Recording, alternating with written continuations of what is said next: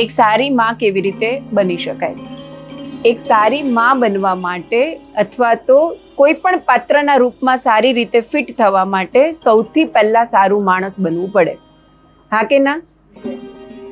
એક સારું વ્યક્તિ છે તો એ સારી માં પણ છે, સારી દીકરી પણ છે, સારી પત્ની પણ છે, સારી બેન પણ છે, એ બધું જ સારું છે. હવે જ્યારે હું એવું કહું કે એક સારું માણસ બનવું પડે તો કેવી રીતે ખબર પડે કે આ માણસ સારું છે ને આ માણસ સારું નથી? કેવી રીતે ખબર પડે? વ્યવહાર પરથી. આપણું જે અસ્તિત્વ છે ને, હું કે તમે, આપણા બધાના 4 પહેલું છે: શરીર, મન, હૃદય અને આત્મા. બરાબર? માએ સારું બનવું પડે, રાઈટ? તો માનું શરીર નમાલું છે, રોગિષ્ઠ છે, થાકી જાય છે, ઉજમ નથી, ઉત્સાહ નથી, આવા શરીરથી સારી માં બની શકાય નહીં. કારણ કે બાળક અડધી રાત્રે કહેશે મમ્મી ભૂખ લાગી. બરાબર? હવે થાકેલી માં શું કહેશે? સુઈ જા છાનો માનો. અથવા તો વેફરનું પેકેટ પકડાવશે અથવા બિસ્કિટનું પેકેટ પકડાવશે. તો જે શારીરિક રીતે સક્ષમ નથી એમાં સારી બની શકે નહીં. પહેલું. બીજું, મન. તમારા મનના ભાવ કેવા છે? ને મનના ભાવ કેવા છે, વિચારો કેવા છે, વૃત્તિઓ કેવી છે? મારા અંદર લોભની વૃત્તિ હોય તો મારા બાળકમાં આવે કે નહીં આવે?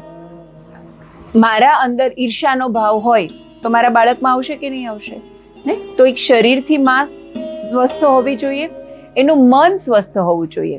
ઈર્ષા, દ્વેષ, મારી તારી કરવાની ને આ નકારાત્મક ભાવોથી દૂર. એની સામે પ્રેમ, દયા, કરુણા, ઉદારતા, રાઈટ? તો આવા ભાવ આપણી અંદર હોવા જોઈએ. શરીર, મન, હૃદય. હૃદય સાથે જોડાયેલો ભાવ કયો છે? લાગણી, પ્રેમ. અને પ્રેમ, કરુણા. તો સૌથી શ્રેષ્ઠ કે માની અંદર પ્રેમ ભરપૂર હોવો જોઈએ. અને હું જ્યારે એવું કહું માની અંદર, એટલે પિતા એવું નહીં માનવાનું કે આપણું ડિપાર્ટમેન્ટ નથી. આ તો સવાલ મધરે પૂછ્યો છે એટલે એ રેફરન્સમાં જવાબ આપું છું. બાળક માટે તો બંને ઇક્વલ જ છે ને. ખાલી 9 મહિના માની કુખમાં રહે છે, બાકી મમ્મી પપ્પા બાળક માટે તો બંને માટે સરખા છે. બરાબર? તો ભરપૂર પ્રેમ હોવો જોઈએ. અને હું આ જ્યારે પ્રેમની વાત કરું છું ને, અત્યારે જે મિસિંગ છે ને પેરેન્ટિંગમાંથી, એ નિસ્વાર્થ પ્રેમ મિસિંગ છે.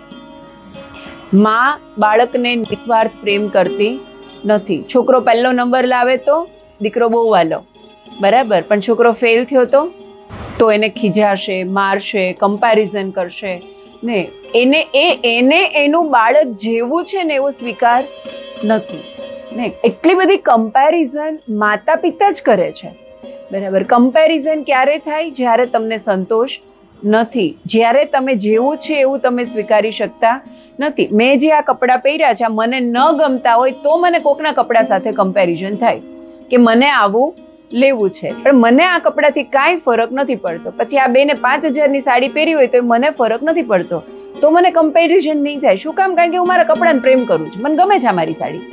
બરાબર? એટલા માટે કમ્પેરિઝન નથી. અત્યારે આ હું કહું છું એટલે માની લેવાની જરૂર નથી. તમે આવું ઓબ્ઝર્વ કરો છો કે માતા પિતાને કમ્પેરિઝન બહુ છે? તમે નાના હતા અને કદાચ તમે સાંભળ્યું હોય, પણ તમે કદાચ આવું વાક્ય સાંભળ્યું હોય કે જો ભાઈના કેટલા માર્ક આવ્યા, તારા કેમ ન આવ્યા? એ વાક્ય આપણને કેટલું કડવું લાગ્યું હતું. સમજી? આ વધતું જાય છે. શું કામ? કારણ કે કોમ્પિટિશન વધતી જાય ને. 1.5-2 વર્ષે સ્કૂલમાં મૂકી દેવાનું, પછી સ્કેટિંગમાં મૂકવાનું, ડ્રોઈંગમાં મૂકવાનું, મ્યુઝિકના ક્લાસમાં મૂકવાનું. એટલે જેટલી એક્ટિવિટી વધારે એટલી કમ્પેરિઝન વધારે. એટલે અમે એઝ અ હીલર એવું જોઈએ છીએ કે અત્યારે બાળકના જીવનમાંથી જો કંઈક ઘટતું હોય ને તો એ માતા પિતાનો પ્રેમ છે. પિતા પાસે સમય નથી, કારણ કે ધંધા તો પહેલાંય હતા ને અત્યારે છે, પણ હવે એક રમકડું એડ થયું, રાઈટ? હું તમે બંને જાણીએ છીએ. પિતા ઘરે હોય છે પણ ઘરે હોતા નથી. લગભગ ફોન હોય છે. આજે અહીંથી તમે ઘરે જાઓ ત્યારે ખાલી આમ રસ્તા પર નજર કરતા જજો. એક પણ વ્યક્તિ તમને એવો મળવો અઘરો હોય કે જેના હાથમાં ફોન ના હોય. ફોન અને બિઝનેસ, એના લીધે પિતા મળતા નથી. માને પણ સેમ છે, ફોન મમ્મીથી મુકાતો નથી. અને જે પ્રેમની અનુભૂતિ થવી જોઈએ એ પ્રેમની અનુભૂતિ થતી નથી. અમારે ત્યાં હિલિંગ માટે જે બચ્ચાઓ આવે એમાં મેક્સિમમ હાર્ટ ચક્ર ડિસ્ટર્બ હોય.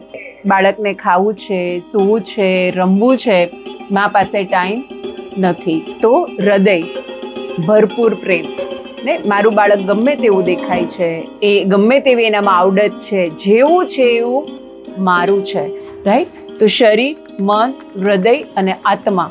આત્મા એટલે કે આધ્યાત્મિકતા. જે માતા પિતાના જીવનમાં આધ્યાત્મિકતા છે ને એ જ બાળકને સારી રીતે નરીશ કરી શકશે. ને આધ્યાત્મિકતા એ કોઈ ખાલી ધ્યાન નથી ને, આધ્યાત્મિકતા એ સાચું જીવન જીવવાનો રસ્તો છે. આપણને બધાને એવું લાગે કે 60-70 વર્ષે આધ્યાત્મિકતા ચાલુ થાય, 60-70 વર્ષે તો જીવન જ પતી ગયું હોય, પછી આધ્યાત્મિકતાની કોઈ જરૂર જ નથી. વિઝડમ જેને કહીએ, હે ને, સ્પિરિચ્યુઅલ વિઝડમ જેને કહીએ, ક્યારે શું કરવાનું નહીં કરવાનું, આપણું મન અચળ કેવી રીતે રહે, સંજોગો પરિસ્થિતિ આપણને કેમ હલાવી ન જાય. તો શરીર, મન, હૃદય અને આત્મા, આ 4 જો કોઈ પણ વ્યક્તિના સારા છે તો એ સારો વ્યક્તિ છે, અને સારો વ્યક્તિ છે તો એ આપોઆપ સારીમાં બની જવાનું છે.